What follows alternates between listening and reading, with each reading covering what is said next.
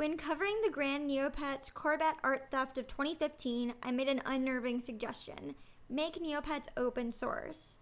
Ownership changes and lack of competition with similar sites leave much to be desired in the current state of Neopets. This idea, and ideas like it, could address the root of issues on Neopets. Let's discuss this concept and the role it plays in the conversation of Neopets.com's well-being. This entire concept is a whim strung together by my few college computer science courses, understanding of programming, and experience working in IT. I'm not claiming it infallible or feasible without the development of project-specific infrastructure. I'm going to do my best to explain this simply.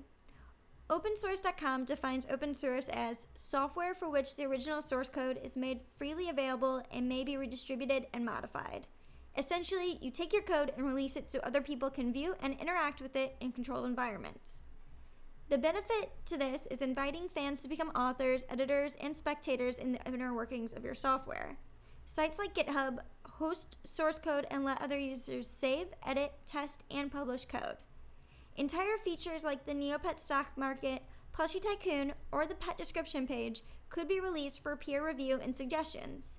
This goes even further. New content could be submitted using already existing features as a basis.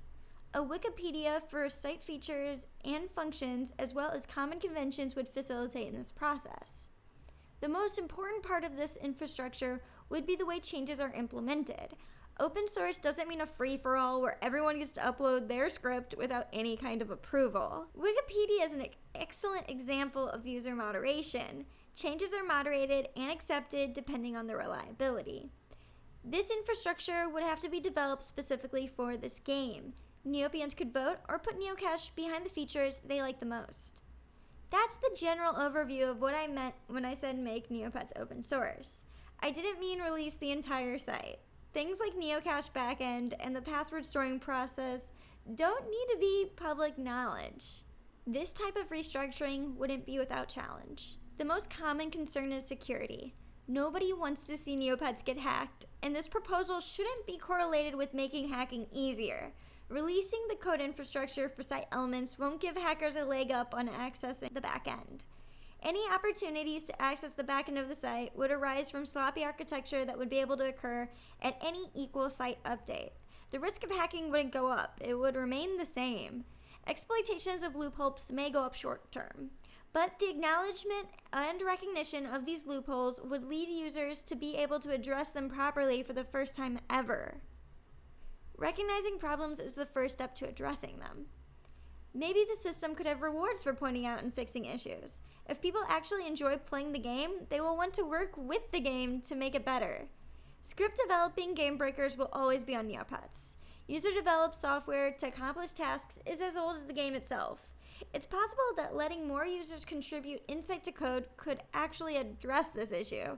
More minds can combat more complex problems. Another perceived challenge is implementing malicious scripts into the site. As I mentioned before, this infrastructure doesn't allow users to upload and activate anything they want.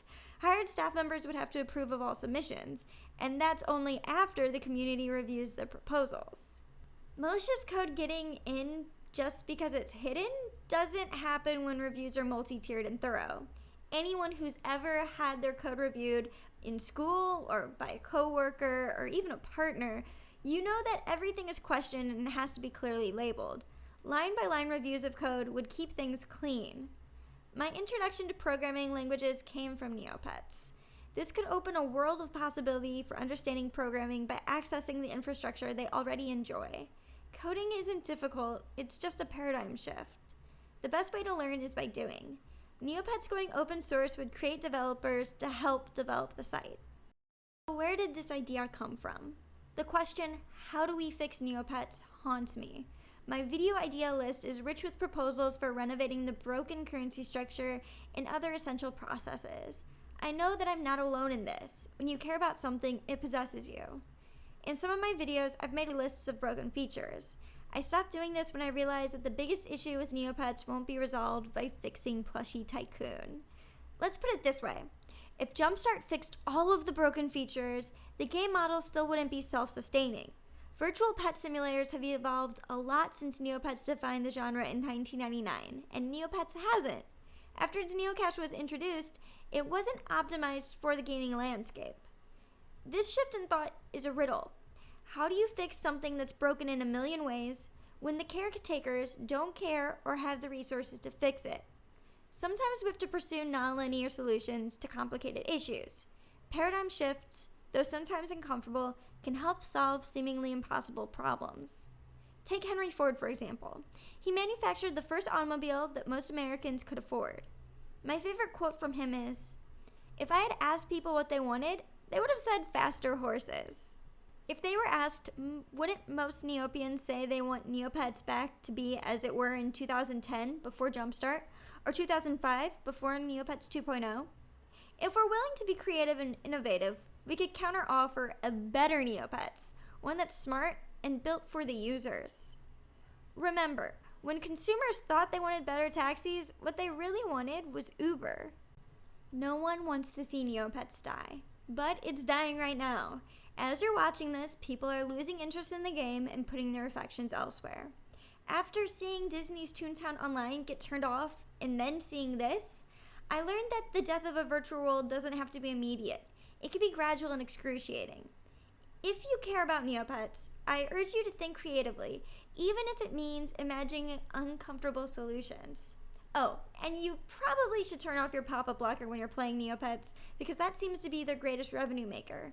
They're not going to work on a game that doesn't make money. If you love Neopets, you should consider looking at the ads so they don't turn the website off.